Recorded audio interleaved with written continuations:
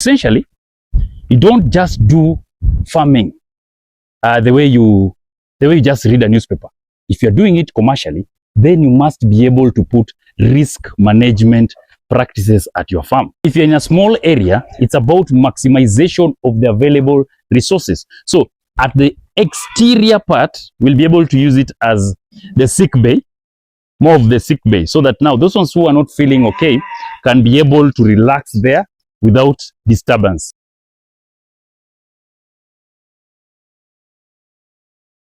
This farmer is sitting on a 3/4 acre, so it's more minimalistic.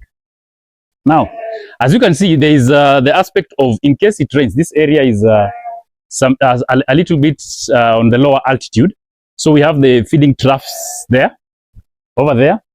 We have not yet finished because we need supports for the ramps, because animals are usually crazy creatures. So we'll need to do some little bit barricades to enable them. We have some stoppers. We have some stoppers to enable them mounting on it. Now, beneath here, a little bit of ongoing construction. So you realize that having a raised structure, as I always tell you, is crucial because the ammonia issue and flea stops being a problem. So for this one, because of partitioning, so we have begun with the area which we'll be using for the ram.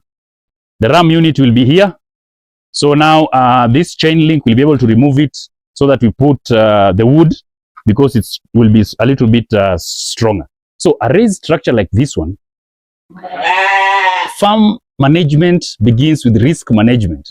That's why now with this one, even if you are a telephone farmer, you have some visibility.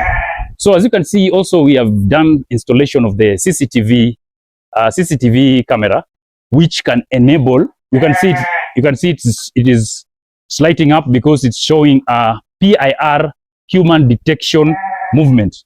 Because I'm a human being, then the AI detects me and sends to the cloud. So essentially, you don't just do farming the way you just read a newspaper. If you're doing it commercially, then you must be able to put risk management practices at your farm. So if you're doing it for leisure, there's no even need of keeping records. There's no need of raising the structure. If it's for nyama choma, just do it on the ground or with the basic barricades. So such a structure is for someone who has decided that I want to do this thing commercially. So that's why consultancy comes in handy, whereby you get it from a professional, you get the guidance from what is the height. So like for this one, it's 4 feet, 4 feet from the ground. Then on the ground area, we cannot have flea infestation because there's no soil for harboring of the fleas. So that's why at any given point, if you are looking at structures, it's not about guesswork or just downloading an image from the Google. You must know. Getting to such structures, some of us, we began with structures from fundis who don't even know how to make the base area to be stable.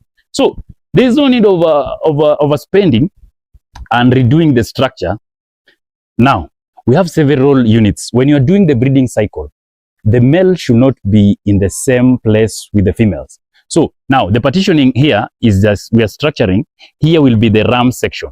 Now, the next section, this unit will now be for the ewes. So we are trying to see, depending with the number of the ewes, we have some interconnecting angle during feeding. Now, the next section will now be the kidding section. So towards the tail end will now be more of our quarantine area, so that now, as for now, we can only manage with these resources. So these other areas, we'll partition them and have exercising area, and then in the afternoon, they'll be able to graze a little bit in the other exercising area. So partitioning is something crucial